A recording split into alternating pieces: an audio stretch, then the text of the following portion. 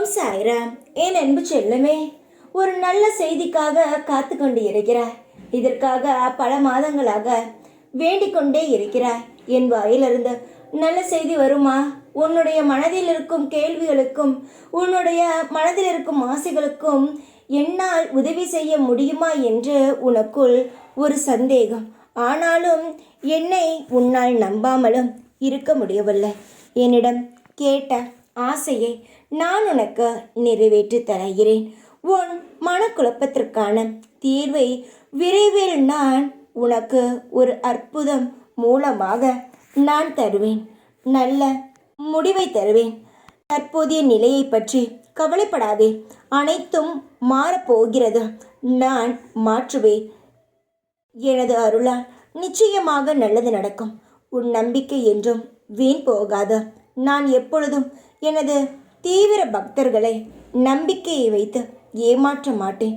பொய் சொல்லவே மாட்டேன். சிறு சிறு தொல்லைகளுக்காக நான் உன் அருகில் இல்லை என்று நினைத்து விடாதே. அனைத்தையும் நான் அறிவேன்.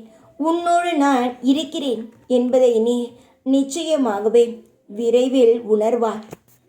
சில நேரங்களில் இறைவன் உன்னை தனிமைப்படுத்துவதற்கு காரணம் நீ யார், உன்னை சுற்றி உள்ளவர்கள் யார், துரோகிகள் யார் என்று நீ அடையாளம் காண வேண்டும் என்பதற்காக. இதுவரை உன் வாழ்க்கையில் பல தனிமையை உணர்ந்தாய். அந்த நேரம்தான் உனக்கு பல விஷயங்கள் புரிய வந்தது. உறவென்றால் யார், குடும்பம் என்றால் என்ன, இப்படி உனக்கு புரிந்தது. இப்பொழுது உனக்கு நல்லது நடக்க வேண்டும் என்று ஆசையும் வந்துவிட்டது. தங்கமே, நான் இருப்பதை நீ உணரும் தருணத்தில் உனக்கு நிச்சயமாகவே உனக்கானது உன்னிடம் வந்து சேரும். சீக்கிரத்தில் என்னையும் புரிந்து கொள்வார். நீ ஆசைப்பட்டதும் உனக்கு கிடைக்கும்.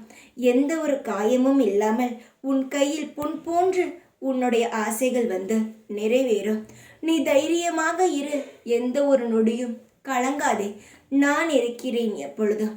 ஓம் சாய்ராம்.